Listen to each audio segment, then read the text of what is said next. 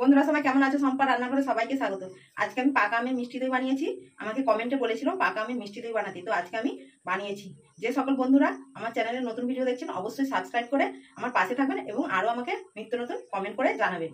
আমি যে পাকা আমের দই বসাবো তার জন্য 500 গ্রাম দুধ নিয়েছি। দুধটাকে ছেঁকে গরম করে নেব।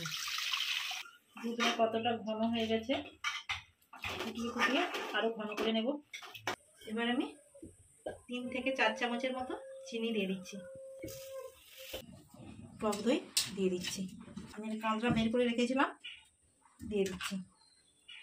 আমার দইয়ের জন্য একদম তৈরি হয়ে গেছে, নামিয়ে নিচ্ছি। একটা গামলা নিয়েছি, গামলাতে জল গরম বসিয়ে দিচ্ছি। দইটা গরমের মধ্যে বসিয়ে দিচ্ছি। 15 থেকে 20 মিনিট ঢেকে রেখে দিচ্ছি। বন্ধুরা দেখুন দইটা কত সুন্দর হয়েছে। আমি ফ্রিজে 1 ঘন্টা রেখেছিলাম, পুরো ঘাম দিয়ে দিয়েছে। দেখুন বন্ধুরা